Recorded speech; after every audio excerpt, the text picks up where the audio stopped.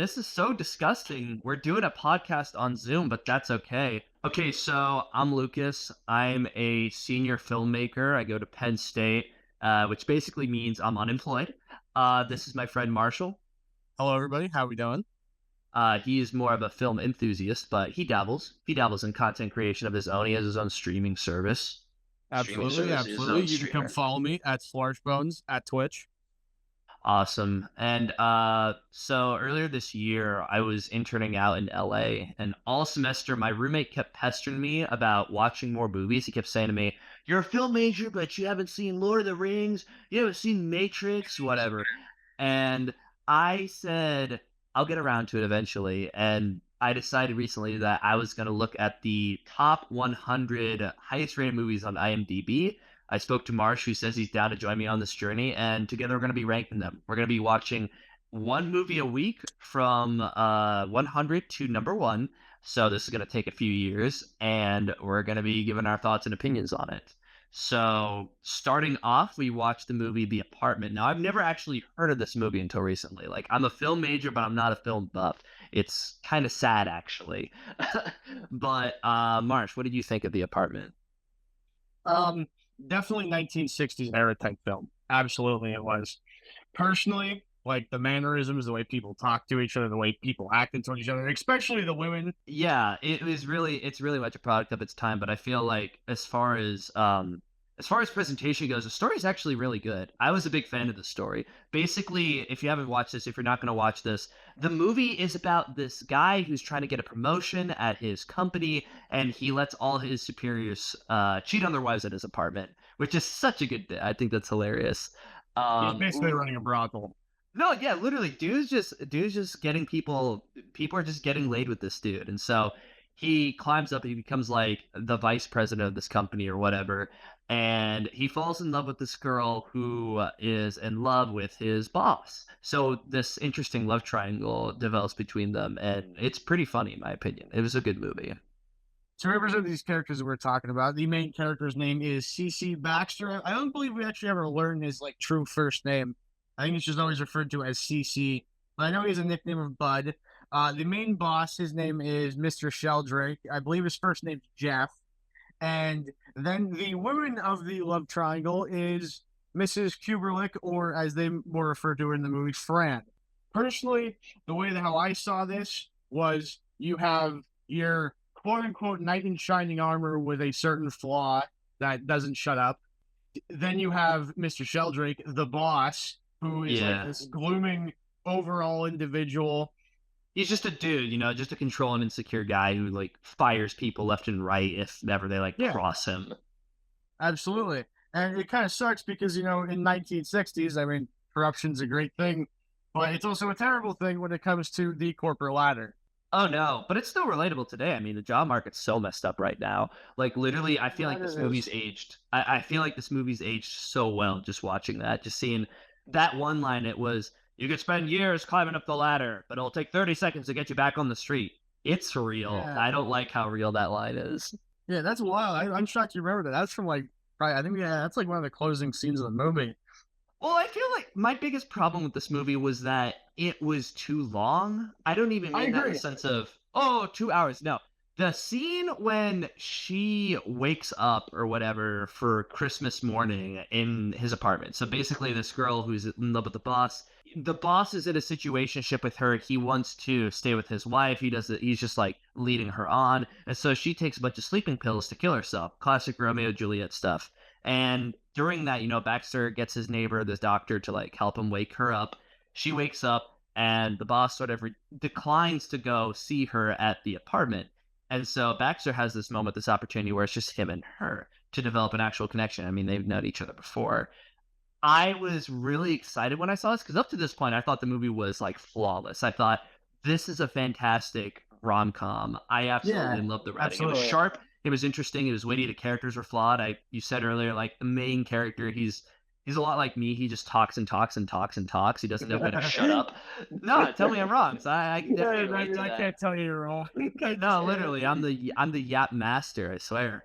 So like, I feel as though this character, I feel like the story should have ended there there should have been a resolution where she realizes in that moment the boss is sort of a dick and she's just gonna get with Baxter. But no, that doesn't happen. The movie, I remember I paused the movie. I was like, damn, it's gotta be ending soon, right? What? 50 more minutes? You're telling me there's Yeah, 50 more minutes of this damn thing? yeah, yeah. No, that's how I felt, dude. Truly, that's how I felt because she got her love story, she got her like rise to fame, kind of because she's marrying a very high executive of a very profitable company in New York. But then the whole fucking movie just flips on itself.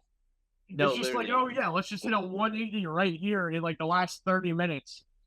Yeah, it's like there's some nice moments in that, but honestly they're kind of a blur. They're kind of a fog, like compared to the first like two acts. Like it really should have been like 90 minutes long. It would have been perfect. I completely agree. I completely agree. Yeah, but it was still an amusing movie. Number 100. I wasn't sold immediately. I didn't even know it was a comedy. Like there were some bits in it here and there that I was like, okay, yeah, I guess it's kind of funny. It wasn't until they dropped the premise where like the bosses started bringing people in and the dude was just walking around Central Park homeless. Dude, Yeah, I've yeah, been yeah. homeless. Have you ever been homeless? It's not I, fun. yeah, no, I mean, I haven't had the courtesy of being homeless yet, but I hope that never comes. Well, like last semester, I came back up to my school early because like my semester I was studying abroad, and when I came back, I was at my friend's apartment, but I didn't have a key. So literally, if no one was home, I would just have to wander around this like the streets of State College. I didn't even really have swipe Oh access my to god, I didn't the even know suite in the that. office. No, yeah, it was horrible because like I would come home and be like, oh, I guess I'm not eating. Walks away. Spends the next like 5 hours on campus.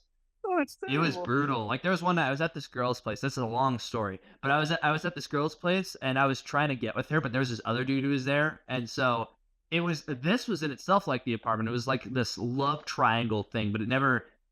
I don't understand what happened. I knew she was into him, but I thought she was into me before that night. Anyways, it'll make for a good movie someday. Absolutely, When I was sitting absolutely. there, I would get this call from my friend, and he's like, "By the way, it's 2 a.m. If you don't come home, we're gonna be asleep, and you're gonna be out for the night." So I was like, "Yikes!" But luckily, it was Yikes. so bad because I was playing like this like mental game of like cat and mouse. I was like, "I'm not leaving this place until he leaves." And vice versa, because I went through a whole confidence arc this year. My whole Yeah. 2024 is the year of Lucas's confidence, and yeah, what happened was she dismissed both of us, and I'm pretty sure she's with him now. So they lived happily ever after. Um, Yeah, yeah, yeah. but Walk yeah, off into the being sunset. no, literally being homeless, that sucks. That's not good at all. But yeah, I thought this was funny. I thought this was a delightfully funny movie. What do you think about the more serious parts of it? More shit. Personally, like I was shell shocked when I heard, Shell Baxter. shocked. They shot you. You were dead in the street. Oh my god, I was shell shocked when he popped the champagne bottle pretty much towards I think Oh my the god! ending scene of the Oh, movie. I forgot about that. That was so bad, dude. You can't do a fake out like that because I Yeah, no, knew it was. my jaw dropped. My jaw like that was like Oh my something I gosh. was not expecting at all for them to do in like this Oh style my of gosh. film. I thought for a split second I was like, it's got to be the champagne. It's got to be the champagne. But like, part of me was like, are we sure this is like one of the top 100 films of all time? Apparently. Yeah. How would you feel if he did kill himself at the end? Oh my god, I'd feel terrible. I'd feel terrible though. I just watched this dude like go through all this shit just to finally like be in the moment that he doesn't know I'm like the girl that he always wanted coming up his staircase, and he just blew it like that would have baffled my mind. That would have been actually insane. That would have been like I don't even know what the comparison is. Like, what's another movie that sort of ends like that, where it's like mind blown at the end? I where can't. it's where it's like are you looking for more like a fake out or are you looking for more like just kind of Like like that just like mind boggling a moment? decision. Lahane. You know, spoilers. Lahane I might be on this list. And we watched that together. Remember? yeah, we did. Yeah, Yeah, we I was did. drunk, but I watched it.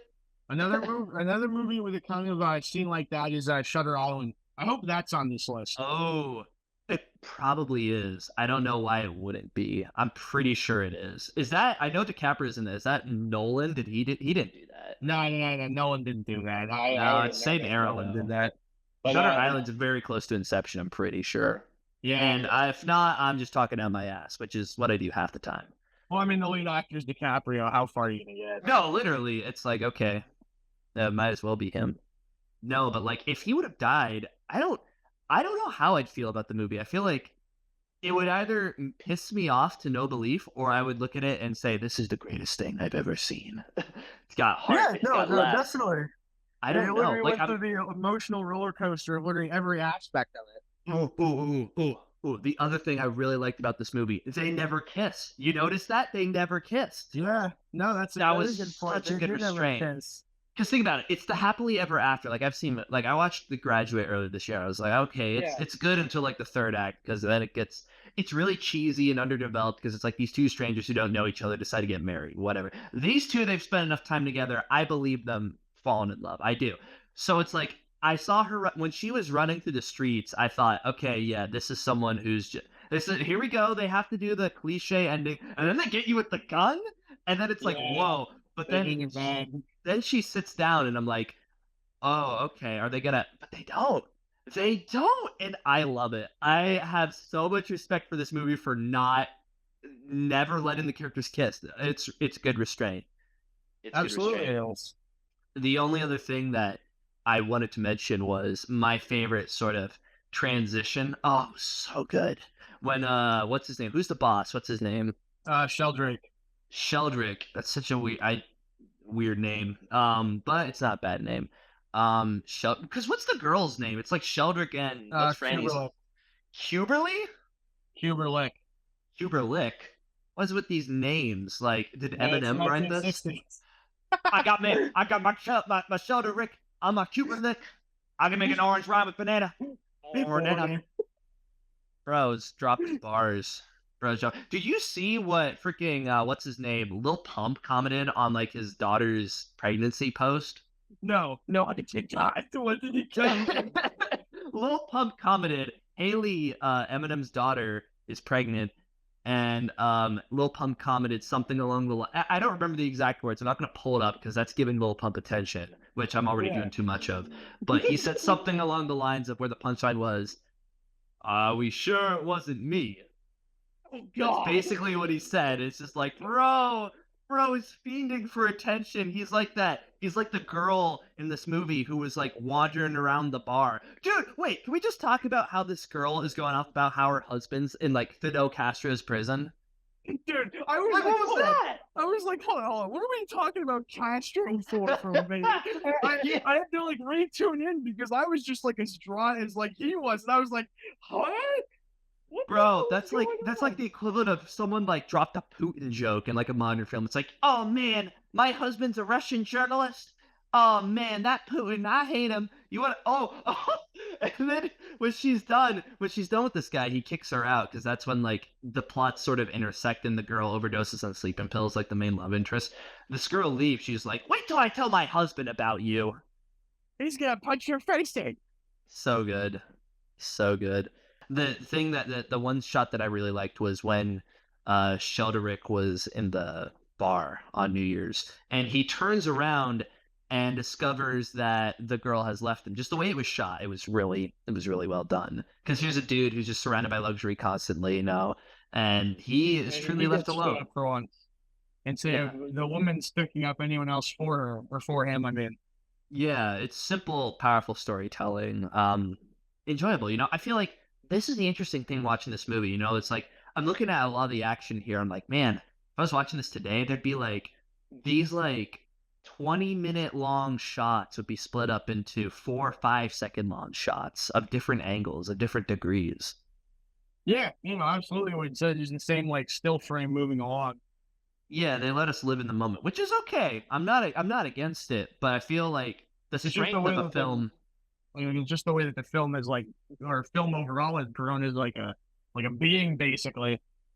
Yeah, it's much more stimulating, which I blame brain rot for, but that's a story for Yeah, another day. That is a story I I know. don't. I fear for the future generation of kids, but that's what millennials said about us like 10 years Oh, ago, and don't worry. look where People we are ended up. eventually watching Hawk, Talk to us.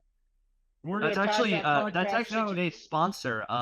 The roll credits is sponsored by Talk to LLC, Media Inc.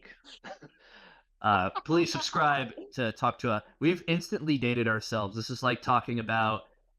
This is like talking about the Oliver North case in 1987. That's the best analogy I can think of because the Iran Contra affair is comparable to Talk to. Yeah. Okay, that's But absolutely. oh yeah, 100%. Yeah, but script wise, I mean, your script has to be strong, especially back then. And I feel like because they were working with less, as far as scope goes, there were less genres back then. So I like this. I feel like we're gonna be finding films that speak to us more. I feel like Oh, grounded definitely. grounded films with a realistic setting. Oh man, Oh, I eat that up. I they love it. sell to me. I love it. When we hit fantasy, that's when I'm gonna clock out because I'm not a fantasy kid at all. It's just not my type of story. But that's Oh, okay. I could just be wrong in my opinions. what do we define as fantasy? Are we talking like Well, Star Wars? Star Wars is a little different. Well, it's not, but it's like I feel like the Or are you world building talking more stuff. like a mythical setting, kind of? Definitely mythology. God, I hate it. Like, oh man, I know Lord of the Rings is good. I feel like that will be my awakening moment, if you Yeah, will. Yeah. it's like how I am with Game of Thrones right now. I've been binge watching Game of Thrones, and to be honest with you, I know the fall off is crazy at some point, but this is definitely the best mythological setting of any TV show that exists. Next to Barry, of course, because we all know Yes, Barry is the yeah. best. That's the best fantasy. I mean, dude, the desert episode, like, just when he's Oh out in the my desert, the time god, I jump. forgot about the desert episode. All right. What do you rate this film? What do I rate this film?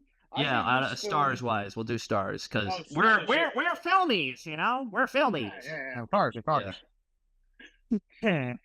Personally, I'd give this, I'd give this film a 3.5 in my humble opinion. I feel The humblest. One might even say modest. personally for me, I have to agree with you that if this film was probably cut in about like a quarter to a third of its length, this would probably be a 4 to a 4.5 in my opinion. Mm, But just due to the length of it, kind of drew it out, especially the first two acts, as you said. yeah.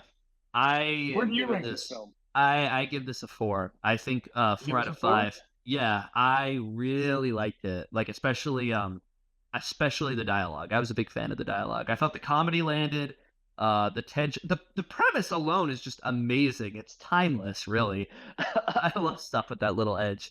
But the conflict of the love triangle was really good, and also shout out to that one scene where uh he lies to the girl and says he has a date, and then he just walks past the so-called date because we never see this guy lie at all in this story. So I was thrilled No, by that. no, we don't. No, yeah. It was a 9 until like the time thing, and I was like, okay, Yeah, I'm gonna lower it a little bit because I have mad respect for this script. Awesome. So that wraps up sort of that the very first conversation. episode. Yes, the first episode. Next week we are looking at, let me pull it up. It Yeah, what is are we looking at next week? it's Akiru. Akiru, Hero, a I've never. 1952. It's even longer than this one. It's from the Oh boy. 50s. It's 2.5 hours. It's on Max. Mr. Oh God, I'm gonna mispronounce it. Watanabe suddenly finds that he has terminal cancer. He vows to make his final days meaningful. His attempts to communicate his anguish to his son and daughter-in-law lead only to heartbreak. Finally, inspired by an unselfish coworker, he turns his efforts to bring in happiness to others by building a playground in a dreary slum neighborhood. When the park is finally completed, he is able to face death with peaceful acceptance. Did they just spoil the movie? Did they just tell us the ending? I'm actually They gonna be might pissed have. if that's the ending. They might have. I'm not gonna lie. That's the log line though. Like, wait a minute, wait a minute. What does the apartment's log line look like? At least on Google.